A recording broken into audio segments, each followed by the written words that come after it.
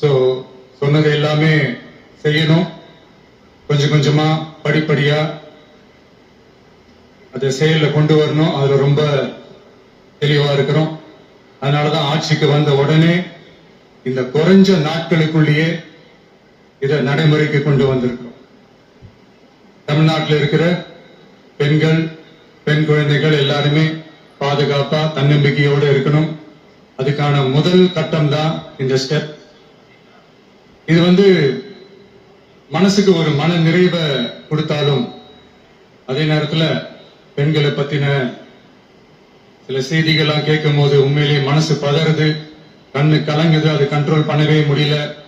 ஏன்னா நடக்கிற கொடுமைகள்லாம் யாருக்குங்க? நம்ம குடும்பத்தை சேர்ந்தவங்க தானே. எப்படி மனசு பதறாம இருக்கும்? அதனால பெண்களுக்கு எதிராக இதெல்லாம் ஏன் நடக்குது, எதுக்கு நடக்குதுன்றது மத்தவங்க மாதிரி ரீல்ஸ்லயும் இன்ஸ்டாலையும் தேடிட்டு இருக்க முடியாது. ரியாலிட்டிய புரிஞ்சுக்கணும். இந்த பிரச்சனைகள்லாம் ஏன் நடக்குது அப்படின்றத அனலைஸ் பண்ணி பார்க்கும்போது சுத்தி சுத்தி பாத்தீங்கன்னா ஒரே இடத்துலதான் நிக்குது. போதைப் பொருள் நடமாட்டம்.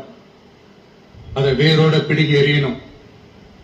இது 2026 போன மாசம் மே மாசம் 10ஆம் தேதி இந்த பிரச்சனை புதுசா முளைச்சு வந்துடல. இது பல வருஷமா இருக்கிற பிரச்சனை. பல வருஷமா இதை கண்டுக்காம விட்டதுதான் அந்த வேர் இவ்வளவு ஆழமா பரவி இருக்குது. இத பல வருஷமா கண்டுக்காம விட்டது யாருன்றது நான் சொல்லிதான் உங்களுக்கு தெரியணும்னு அவசியம் இல்லை. அது உங்களுக்கே நல்லா தெரியும். இப்ப அதை பத்தி பேசியும் பிரயோஜனம் இல்லை. முதல்ல இந்த போதைப் பொருள் நடமாட்டத்தை வேரோட பிடுங்கி எறியணும். அப்படி எரிஞ்சாதான் இந்த பெண்களுக்கான இந்த சேஃப்டி ரொம்ப ஸ்ட்ராங் ஆகும். இது ரெண்டுமே ஸ்ட்ராங் ஆனாலே ஆட்டோமேட்டிக்கா சட்டம் ஒழுங்கும் சரியாகும். இந்த 3 விஷயம் சொன்னல, இந்த போதைப் பொருள் நடமாட்டம், பெண்களுக்கு எதிரான இந்த கொடுமை, இந்த சட்டம் ஒழுங்கு, இது 3மே ஒண்ணுக்கு ஒண்ணு இன்டர்லிங்க்ட் தான். இதுவும் இப்ப புதுசா வந்த பிரச்சனை கிடையாது. பல வருஷமா இது இன்டர்லிங்க்டா தான் இருக்குது. இதெல்லாம் ஏன் எதுக்குன்றது இப்ப முக்கியம் இல்லை. இது எப்படி சரி செய்ய போறோம்ன்றதுதான் முக்கியம்.